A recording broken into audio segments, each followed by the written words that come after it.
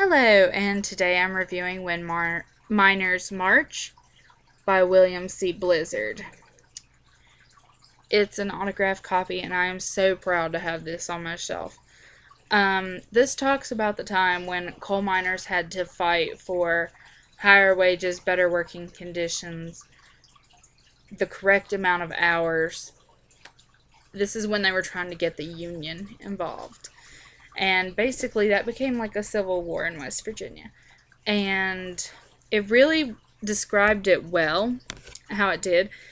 And the government got involved, and they were on, it was a really bloody, I don't want to say battle, but it was a very bloody situation. People were being murdered. I think there was even a point where children and women were being killed. Women, in attempts to save their husbands' lives, did things that got them in prison and, in jail. But, it was very, very scary. And the book invoked a lot of emotions in me because we had to fight, coal miners had to fight back then to have safer working conditions, better wages, and to be treated like a human. And today we're fighting a similar battle against the government and the EPA.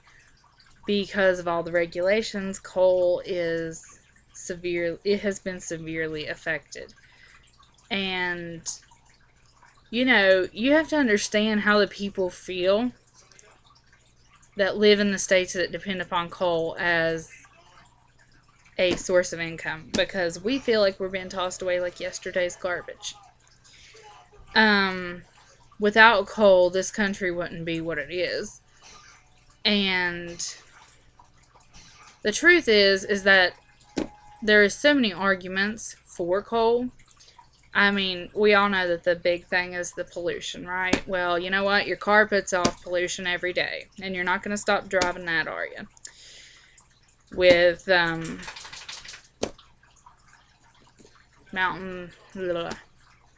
strip mining. You're complaining because they're blowing the top off of a mountain, but would you be complaining if they were blowing off the top of a mountain to put a shopping mall up there? I think not.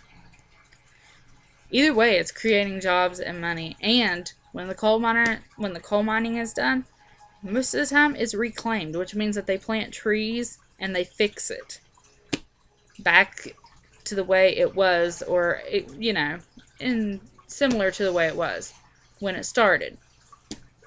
And they want to talk about what all this pollution is doing to the environment. Well, I'm sorry, West Virginia, I think, is like 60 or 70% forest. And it looks fine. It looks fine. It's not doing anything to the trees. Promise you.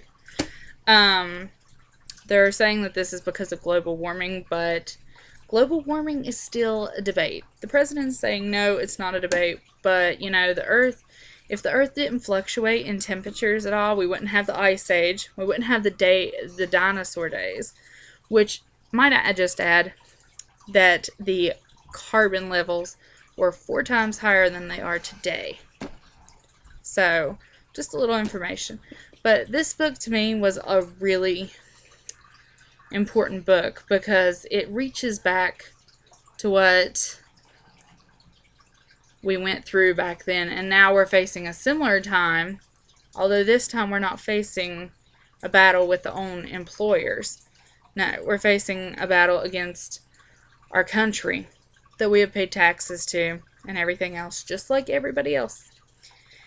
And it's a book about a battle, and which this was a whole lot bloodier than what I hope this battle goes to, but,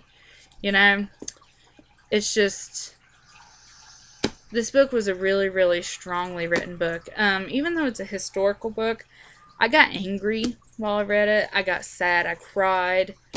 It's a really excellent book. I give it 5 out of 5 stars. So like, comment, subscribe.